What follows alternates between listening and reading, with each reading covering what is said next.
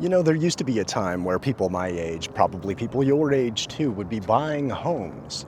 And that doesn't happen anymore. And we've been lied to about why that is exactly. We've been told that companies like BlackRock and other property development companies go out there and they buy all the apartment buildings and condos and single family homes.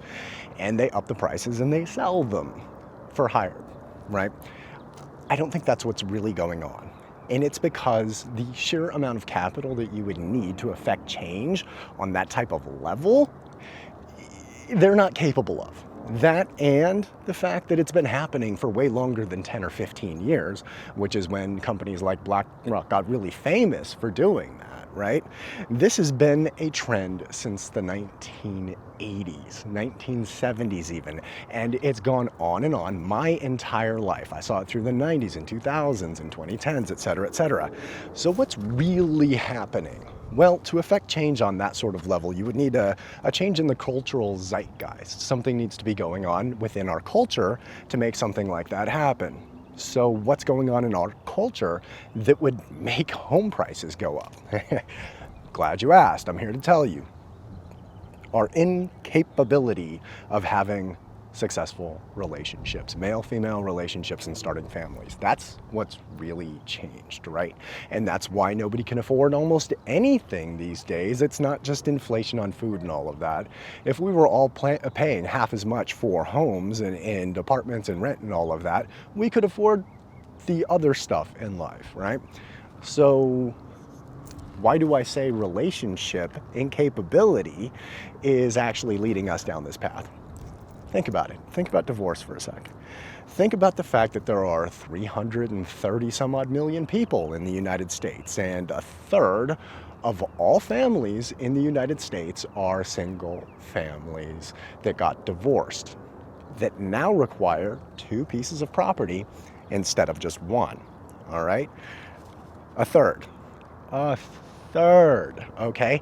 Now, there's not 330 million families in the United States, but there are 330 million people in the United States. So if I had to take a guess at how many families there are that are participating in this, I'd say anywhere between 30 and 70 million, around about 50 at least, million homes that are off the market that should be, by all other metrics, open and available for you and I to be purchased. And I learned this in business school, that it doesn't take a very big change in supply and demand to affect the change of the price, right?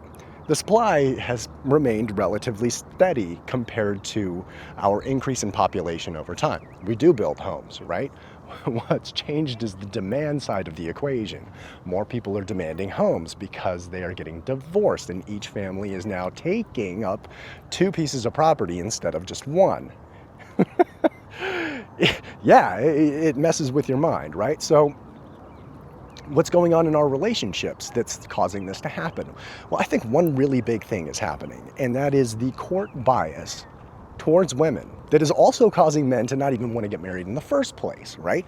What do I mean by the court bias towards women? Well, women are by and large rewarded with alimony and childcare and all of that stuff, and that's because they primarily target men who make more money than they do for long-term relationships and marriage.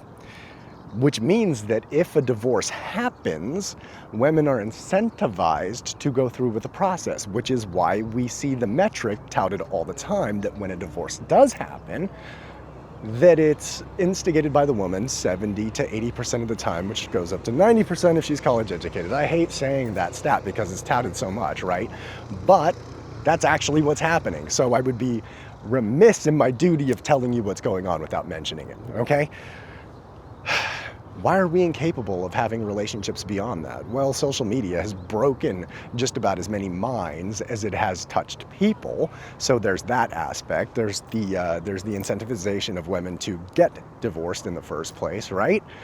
And then we have broken men too, who are addicted to the sex videos that you see online. Almost every guy watches them regularly. A ton of guys are addicted to it, and I recommend if you are one of the guys watching right now that you get off of that stuff, because women are extremely jealous, guarded creatures. and I don't blame them. I'm jealous of my partner too, and if she was ogling other dudes all the time, I'd probably have an issue with it, right?